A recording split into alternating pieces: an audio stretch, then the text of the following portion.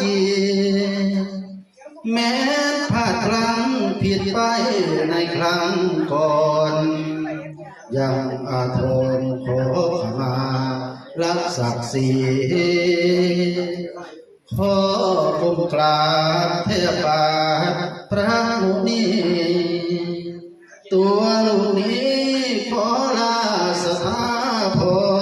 รเอสังพันเตอุกาสัง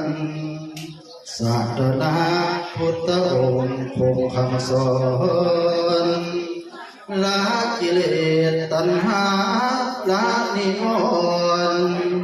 คือคำสอนแห่งองค์พระสัมมา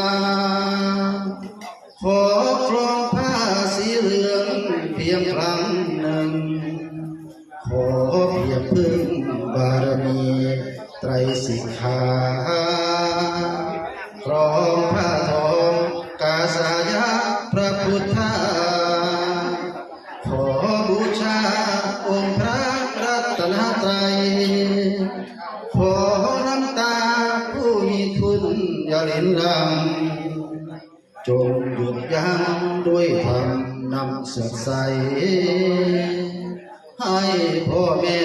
มีสุขปลอดโรคภัยแม้อยู่ไกลให้สุขสวัสดีอา